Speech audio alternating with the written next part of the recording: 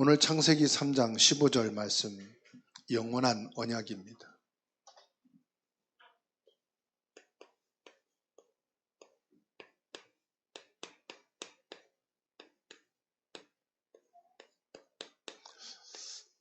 창세기 3장 15절.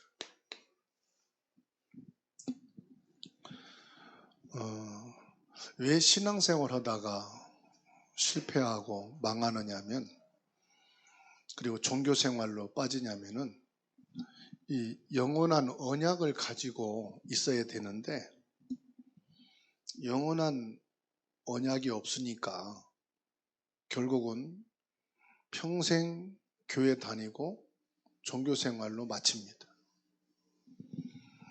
그러면 우리 개인이 자립하는 것도 이 영원한 언약 속에서 자립이 돼야 되는 거예요.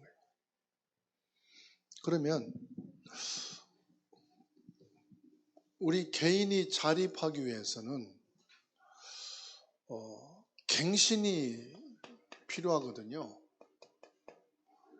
근데 갱신이 제일 힘든 부분이고 제일 안 되는 부분이 갱신이라 이 말이에요. 그러면 갱신을 하려면은 뭔가를 봐야 되잖아요. 이걸 봐야 되잖아요. 그래야 갱신을 하지요. 중요한 걸 봐야. 그렇죠? 중요한 게 뭡니까?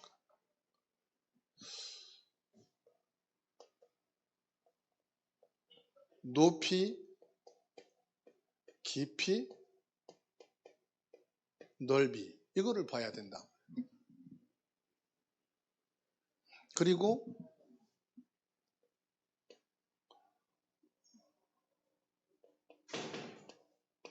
상하, 좌우, 이거를 봐야 돼요. 그리고 가장 중요한 것은 과거, 오늘, 미래, 이거를 봐버리면 우리가 갱신할 수 있는데,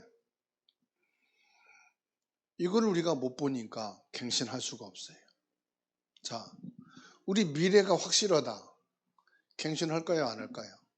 갱신하죠. 그러면 갱신이 뭐냐면은 사실은 나를 살리는 거예요.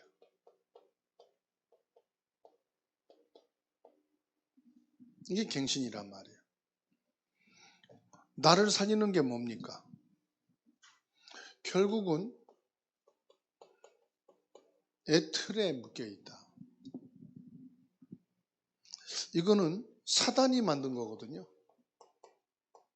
창세기 3장 4절로 5절. 이게 사단이 만든 거예요. 우리에게 애틀이 필요가 없는데 이 애틀 속에 빠져 있단 말이에요. 미래가 불확실하다. 누가 갱신하겠어요? 그런데 이 애틀에서 빠져나오는 거. 야, 내게는 사단이 만든 이 애틀이 절대로 필요 없다. 그러면 갱신하겠죠. 저는 우상숭배하는 분이 완전히 망했어요. 망한 정도가 아니라 진짜 망했어요. 야, 이게 내가 사단이 만든 이 애틀에 묶여 있었기 때문에 그랬었구나. 애틀을 바꿔야 되겠구나. 그러니까 이분이요, 갱신을 하더라고요. 사단에게 더 이상 내가 속고 있을 필요가 없다. 그러니까 완전히 갱신하더만요. 그리고 신앙생활 시작하는데 그냥 하는 게 아니에요. 확실하게 하는 거예요. 어저께 어느 분을 만났어요. 신천지 들어가서 2년 동안 성경 공부를 했대요. 어떻게 하다가 이 복음운동하는 교회 장로님 딸하고 사귀게 됐는데, 네가 우리 딸하고 결혼하려면은 예수 믿어야 된다. 신천지에서 빠져나와야 된다. 그래서 교회를 다니기 시작했는데 말씀이 안 들어온대요. 예수 그리스도 복음이면 된다 그러는데 그게 자기는 믿어지지 않는데요. 그러면서 신천지에서 2년 동안 그 성경 공부하고 교리 배운 게 그게 자꾸만 이 사람을 사로잡고 있는 거예요. 그러니까 자꾸 막 물어보고 따지는 거죠. 그 1년이 지나도 안 바뀌는 거죠. 왜 그러냐? 그게 갱신이거든요. 야, 사단이 숨겨놓은 이 애틀에서 내가 완전히 빠져나와야 되는 거구나. 이게 돼야 되는데 이게 안 되니까 이 애틀이라는 이거를 그냥 그게 맞는 거 아닌가? 이렇게 나오는 거예요. 요즘 70인 제자 그러니까 어디 성경에 70인 제자라는 게 있냐? 왜 자꾸 단어와 숫자를 만들어 가지고 혼미하게 하느냐? 이런 식으로 이제 갱신이 안 되니까 안 바뀐단 말이죠. 결국은 사단이 뭐냐? 우리 인간을 이 12가지 문제 속에 딱 묶어놓는다는 사실. 하나님이 우리에게 영원한 새 틀을 만들어 놓으셨어요. 그 영원한 새 틀이 뭡니까? 성경에서 중요한 단어가 그리스도 아닙니까? 그리스도와 그리고 뭐냐면 렘넌트거든요. 그러니까 사람들은 이것도 와 닿질 않는 거예요. 갱신한다는 것은 우리 체질을 바꾼다, 습관도 바꾼다, 생각도 바꾼다는 것도 되지만은 근본 애틀을 새 틀로 바꾸는 이게 진짜 갱신이거든요. 그러면 이 자리에 있는 저와 여러분들은 완전히 애틀을 벗어나서 새 틀인 그리스도 안에 있는 사람이고 하나님 자녀된 신분과 권세를 가진 사람이 맞습니다. 그래서 렘넌트라고 말합니다. 남은 자, 남는 자, 남을 자, 남길 자다. 그래서 저와 여러분들은 뭐냐? 새 틀을 갱신한 사람이다. 애틀을 벗어버리고 새 사람을 입은 사람이다. 렘넌트 7명을 키운 부모들 보게 되면은 하나님의 자녀고 완전히 하나님의 것으로 새 틀을 가진 사람들이 거기에서 렘넌트가 세워진 거죠. 하나님의 중요한 언약을 본 사람들이다. 누가요? 우리가. 그래서 우리는 영원한 전도자로 3가지를 다 가져야 됩니다. 그 첫 번째가 뭐냐? 하나님은 영원하시다 이거예요. 이 땅에 영원한 것은 없습니다. 하나님만 영원하시다. 성삼위 하나님만 영원하시다. 창세기 1장 27절에 뭐라고 말씀합니까? 우리가 그렇게 말씀합니다. 하나님이 내가 나의 형상을 따라 이렇게 말씀하셔야 되는데 우리가 우리 형상을 따라서 사람을 만들자 그럽니다. 그러니까 성삼위 하나님은 영원부터 계신 분이시다. 그리고 뭡니까? 우리에게 2장 7절 생명을 불어넣으신 그리고 2장 1절에서 18절 우리에게 인간에게 에덴의 축복을 허락해 주신 거예요. 그러면서 뭡니까? 2장 17절 영원한 언약을 주셨죠. 그게 뭡니까? 선악과입니다. 이 선악과가 에덴 동산의 사건이에요. 그러면 하나님께서 지금 선악과를 먹으면 망한다. 그러면 선악과를 두질 말지. 이렇게 사람들은 생각을 합니다. 그런데 이 선악과는 뭐냐? 영원한 언약이에요. 하나님이 아담과 하와에게 축복을 주시기 위해서 언약을 만드신 거예요. 신호등을 왜 만들었습니까? 운전자의 생명을 지키고 재산을 보호하기 위해서예요. 중앙선을 왜 만들었습니까? 재산을 지키고 생명을 보호하기 위해서예요. 만일에 고속도로에 도로에 중앙선이 없다면 어떻게 되겠어요? 신호등이 없다면 초보자는 항상 사거리에서 기다리고 있어야 돼. 유인순 집사님은 한 달 기다릴 거야 아마. 차가 없을 때까지 있어야 되니까. 그렇잖아요. 그래서 저 동남아시아 쪽 가면은요, 신호등이 거의 없어요. 그래서 머리 대밀고 차 빠지는 대로 그냥 가는 사람이에요. 그래야 차가 가지. 대기하고 있다가 양보할 때까지 기다리려면 양보를 안 해줘. 그게 뭐냐? 생명을 보호하고 재산을 지켜주기 위해서예요. 하나님이 아담과 하와에게 선악과를 주신 것은 영원한 언약으로 주신 겁니다. 무슨 말이냐? 변치 말라 이 말이에요. 하나님의 약속이다 이 말이에요. 이 약속을 지키면은 너희는 이 응답 속에, 이 축복 속에 영원히 있을 것이다. 그런데 이것을 사단이 놔둡니까? 우리 인간이 영원한 축복 속에서 영원한 생명 안에 영원한 에덴의 축복을 누리겠거니 놔두겠냐 이 말이에요. 여러분 자녀가 너무 귀한 것을, 값진 것을 가지고 있다. 그러면 도둑놈이 보고 그냥 놔두냐 이 말이에요. 주변 사람들이 보고 놔두냐 이 말이에요. 어떻게든 간에 뺏어가려고 하는 거죠. 신문을 보니까 뉴스에 이런 기사가 있어요. 막내 아들이 죽었어요. 그런데 시집도 안 가고 30대 된 이 막내 며느리가 3년 동안 있는 거예요. 시아버지 돌아가시고 재산을 나누는데 2억을 줬대요. 그랬더니 제소했어요. 똑같이 분배해달라. 큰아들이나 딸이나 막내 아들이나. 왜? 나에게도 유산을 받을 수 있는 유치권이 있다. 그래서 고발을 했어요. 똑같이 재산 분배해서 달라. 왜 그렇습니까? 법이니까. 하나님이 저와 여러분에게 영원한 언약을 주신 거예요. 이 언약 속에만 있으면은 너희는 법적으로 모여 하나님 보호와 하나님의 축복 속에 있을 것이다. 이거를 노린 겁니다, 사단이. 성삼위 하나님의 언약을 파괴하기 위해. 선악과를 먹었다 안 먹었다 그게 중요한 게 아니에요.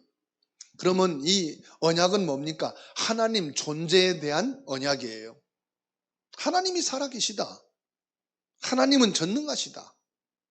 하나님은 모든 것을 주관하시는 축복의 하나님이시다.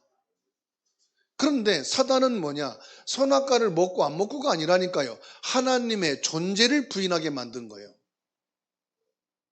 하나님의 창조의 능력과 질서를 파괴하게 만든 거예요. 우리는 단순히 선악과를 얘기합니다. 아니라니까요.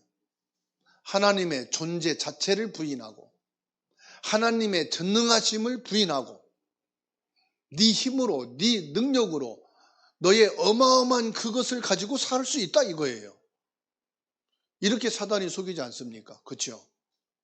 사기꾼이 올 때 뭡니까? 이거면 당신은 병 날 수 있다.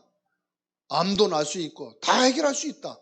그래서 막 값비싼 돈을 주고 약을 사게 시키잖아요. 사단이 그렇게 속인 겁니다.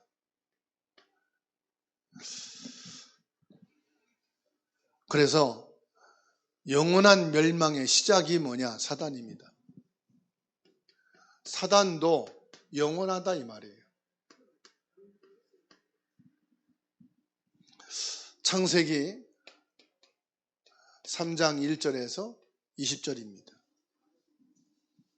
사단이 사건을 만들어내는 겁니다. 여러분 개인의 사건, 가정의 사건, 자손의 사건, 교회 안의 사건, 모든 사건을 누가 만들어내느냐? 사단이 만들어내는 거예요.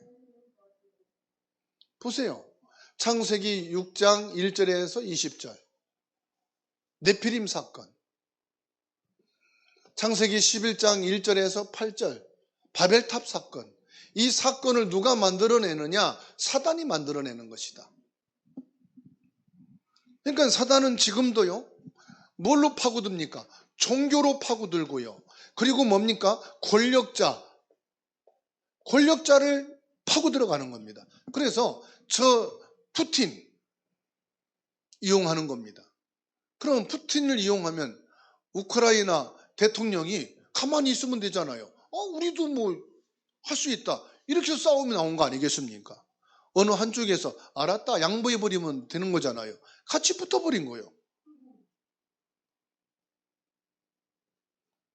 사단이요, 문화로 개인 속으로 파고 들어가는, 사단은 죽는 존재입니까? 아닙니다. 영원한 존재예요. 그러니까 지금도 사단은 사건을 만들어내는 거예요.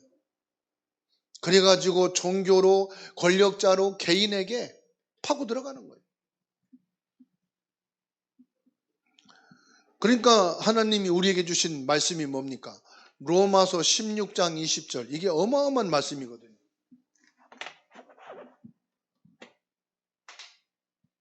이게 무슨 말씀입니까? 우리가 예배하는 이 시간에, 우리가 영원한 언약이신 하나님 앞에 있는 그 시간에 하나님께서는 사탄을 발 앞에 무릎 꿇게 만들 것이다. 언약의 대열에 서고 전도의 대열에 서고 빛의 대열에 서게 되면은 사단은 무릎 꿇게 되는 줄로 믿으시기 바랍니다. 그런데요, 여기에서 왜 무릎 꿇는다고 했을까요? 사단은 죽는 존재가 아니에요. 그래서 오늘 이 시간 무릎 꿇었다가도 내일 또 우리를 공격합니다. 우리 자녀들이 사건 속에 휘말렸다가 복음으로 겨우 치유하고 회복해서 세워놨잖아요. 그 다음에 또 공격합니다. 사단은 어떤 존재요? 영원한 존재, 죽지 않는 존재. 그래서 저와 여러분들이 뭐 해야 됩니까? 영원하신 하나님의 이 언약을 붙잡고 영원한 사단의 존재를 잊으면 안 된다. 영적 싸움을 저와 여러분들은 24시간 해야 됩니다.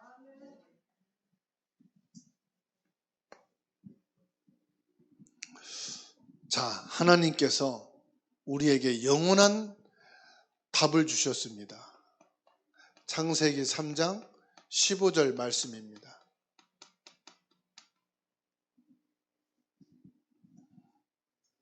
여자의 후손이 뱀의 머리를 상하게 할 것이다. 사람들은 복음이 뭐냐 그러는데 이게 복음이에요. 복음이 뭐라고요? 여자의 후손이 뱀의 머리를 상하게 할 것이다. 그리고 뭐라고 말씀합니까? 여자와 원수가 되게 하고 그 머리 상하게 할 것이다는 뭘 말합니까? 권세를 말하는 거예요. 그리고 뭡니까? 사단이 아무리 발악하고 힘있게 역사할지라도 발꿈치라고 그랬어요. 겨우 하는 게 발꿈치 상하게 하는 거예요. 사단이 여러분을 아무리 공격을 해도 발꿈치 상하게 하는 정도밖에 안 돼.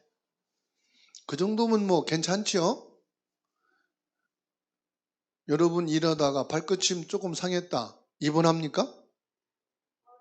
예? 여러분이 길 가다가 계단 잘못해가지고 발꿈치가 좀 허물이 까졌어. 그런다고 기부수 합니까? 조금 상하게 될 뿐이지 문제 될 거 없다 이 말이에요.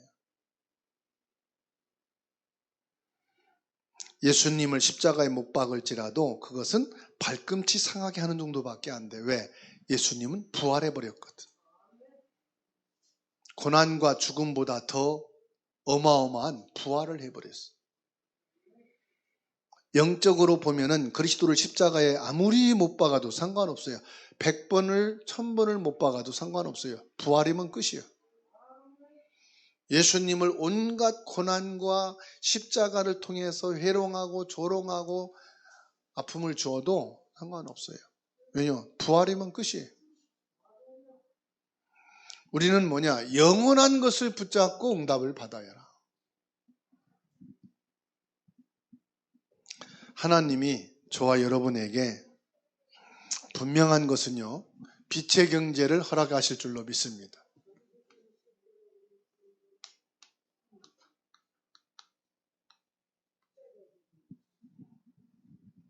그래서 우리에게 필요한 것이 뭐냐? 하나님께서 주시는 영적인 힘을 얻으라.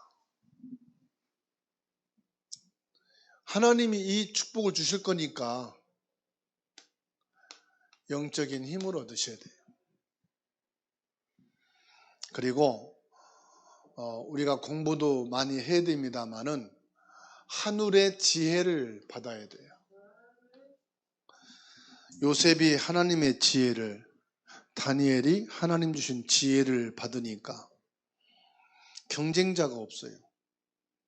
경쟁하려고 해도 경쟁이 안 돼요. 하나님 주신 지혜를 받으면 됩니다.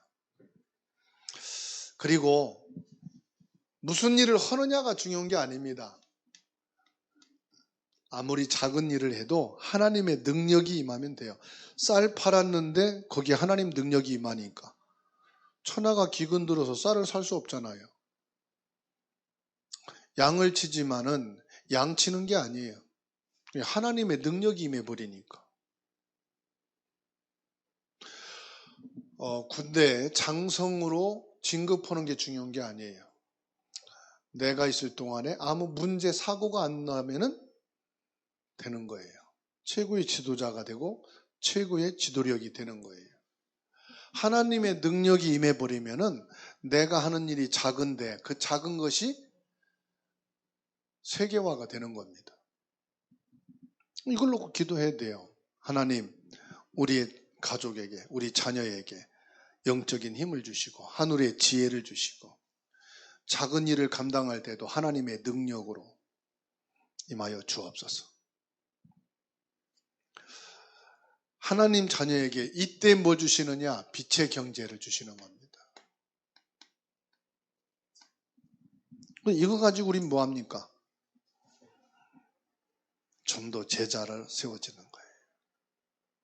전도 제자의 응답을 받는 겁니다. 이게 뭐냐? 하나님이 주시는 영적인 힘입니다. 이때 오는 응답이 오직 유일성, 재창조의 응답을 하나님이 주십니다. 그러면 가장 중요한 것은요, 하나님이 우리에게 이걸 주실 거니까 우린 뭐 하느냐? 내 손 안에 24시 이게 들어가 있어야 돼요. 내 안에 24시. 24시라는 건 뭘 말하죠? 영적인 에너지를 말하는 거예요. 영적인 에너지. 핸드폰이 아무리 비싸고 좋은 거라도 배터리가 없으면 통신이 돼요, 안 돼요? 안 되잖아요. 집에 들어오면 자동으로 충전시키잖아. 그죠? 자동차 아무리 뭐 몇십억짜리 갖다 놔도 연료가 들어가지 않으면 운행돼요, 안 돼요? 안 되죠. 뭐냐? 24시란 말은 영적 에너지가 내게 있어야 돼요. 영적인 에너지가 있어야 되는 거예요. 24시 할 수 있는. 왜 내가 하다가 중단되느냐? 영적인 에너지가 없으니까 중단이 되는 거예요. 예배할 때, 모일 때, 집회할 때 이때 영적인 에너지가 생깁니다. 그래서 하나님이 구약에서는 절기를 지키라. 우리에게는 예배의 축복, 이 모임을 주십니다. 이때 뭐 하느냐? 영적인 에너지가 생긴다는 거예요. 그래서 영적인 에너지가 없어요. 기도할 마음도 힘도 없고 말씀도 안 들어오고. 그런데 함께 모여서 예배 드리고 나면 이게 회복되죠. 찬양과 기도와 말씀이 회복되고 영적인 힘을 얻잖아요. 영적인 에너지가 회복되는 거예요. 그러면 나 같은 사람 뭐 그러는데 여러분 나는 힘이 빠지고 연약해도 모여서 함께 찬양할 때 다른 분들의 그 영적인 에너지가 같이 내게 공급이 되어서 같이 올라간단 말이에요. 아시겠죠? 그러니까 어떤 사람들은 나 혼자 예배 드리면 되지 뭐. 그게 이제 교만인 거예요. 왜냐? 나보다 힘이 없고 약한 사람도 같이 모여서 예배 드리다가 이분이 영적인 에너지, 힘을 얻게 되면 이게 하나님의 은혜고 시간표인데 그런다고 여러분 보세요. 산에 가서 내가 신앙생활 한다. 물론 성령 충만하고 힘이 있습니다. 근데 뭐가 안 됩니까? 성도의 교통이 안 되는 거잖아요. 성도의 교통. 그게 뭐냐면은 함께 영적인 힘을 이루어가는 거란 말이에요. 그래서 237개 나라 보고만은 한 나라, 한 단체로 되는 게 아니다. 원네스가 되어야 되는 거다. 임마누엘이 되어서 같이 가는 거다. 그 순복음 교회가 뭐 60만 명이 모인다 해도 세계복음만 못하지 않습니까? 그렇죠? 할 것 같으면 벌써 했죠. 근데 60만 명이면 그게 대단한 숫자 아닙니까? 단체도 아니고 한 교회 60만 명이면 그 파워가 엄청 크거든요. 근데 왜 못합니까? 하나님 계획이 그게 아니거든요.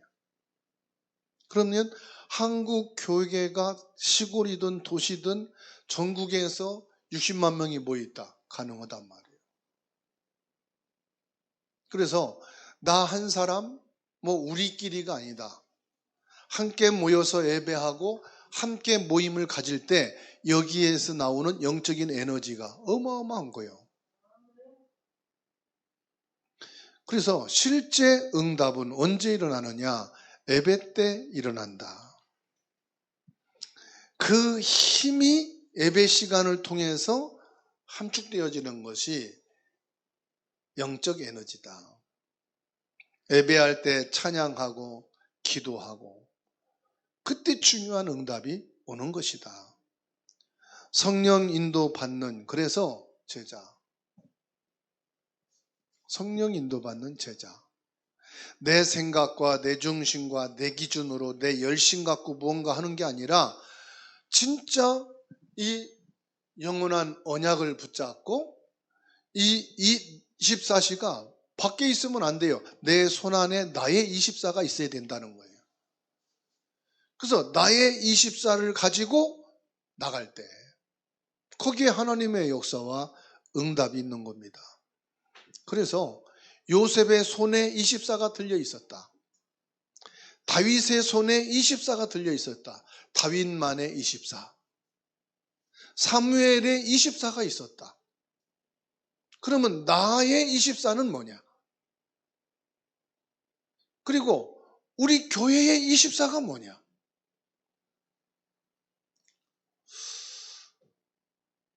하나님 나에게 70 제자가 되게 하옵소서. 하나님 숨겨진 제자를 저에게 붙여주옵소서. 하나님 제가 전도운동에 쓰임받는 사람이 되게 하옵소서. 이런 나만의 24의 기도를 늘 가지고 있다. 언젠가 하나님이 역사하십니다. 그래서 어느 날 이게 다 보좌와 연결이 되고 하나님의 25의 응답이 오면은 그때 유일성 재창조의 역사가 이루는 거예요. 오직이란 말은 나의 24를 말하는 거예요. 나의 24가 있느냐? 나의 24가 있느냐? 그래서 어분 만났는데 그런 말을 해요. 목사님, 이제 내가 전도의 한계를 느낀, 캠프의 한계를 느낀, 이제는 목회도 한계가 느낀다. 그래서 한마디만 했어요. 목사님 가슴에 그리스도의 생명운동이 꺼졌네요. 막 전도하고 전도해야 된다가 아니고 내 가슴에 예수 생명이 있어야 된다. 초창기 때 93년도 메시지 듣고 막 다시 재야 된다고 해서 아니 그때 메시지 갖고선 해야 된다고 됩니까? 그때 메시지는 내게 그리스도로 이미 다 있는 거고 지금 나오는 메시지는 우리의 방향과 목표를 정해주는 거고 기도 제목을 정해주는 거고 중요한 건 내 안에 예수 생명이 끊이지 않아야 된다. 그러면 언제든지 하나님은 일하다가도 사람 만나고 넘어졌는데도 사고 났는데도 만남을 통해 복음이 증거되고 그리고 전도하는 거지. 감옥에 들어가도 전도가 되고 노예로 가도 전도가 되고 왕궁에 가도 전도가 되고 그 전도가 되는 건 다른 거 아니다. 내 안에 그리스도의 생명운동이 일어나면은 그리스도 생명을 전달하게 돼 있다. 나의 24가 끊어진 거죠. 나의 24가 끊어지면 어떻게 되죠? 어느 날 안 나와. 저 뒤에 에어컨 한겨울 동안 안 틀다가 틀으니까 안 돼. 왜? 뭔가 끊어졌어. 전기 꼽아도 안 되고. 끊어지면 안 나오는 거예요. 사람이 한 달 안 들어와도 전기는 연결되어야 언제든지 키면 불이 나와야 되는 거예요. 그죠? 안에는 깜깜해도 전류는 24시간 흐르고 있어야 되는 것처럼 내 손에 내 가슴에 24가 있으면 언제든지 어디서든지 누구를 만나든지 내 안에 예수 생명은 전달되게 돼 있고 살려지게 돼 있는 거다. 그러니까 여러분 가슴에 내 가슴에 24가 돼 있으면 된다. 그게 뭐냐? 영원한 언약이다. 하나님은 영원하시거든요. 그런데 사단도 영원하거든. 그러니 저와 여러분들은 뭐 해야 됩니까? 창세기 3장 15절이 영원한 언약이 되어서 그리스도 언약 붙잡고 힘을 얻고 승리하게 되기를 주의 이름으로 축원합니다.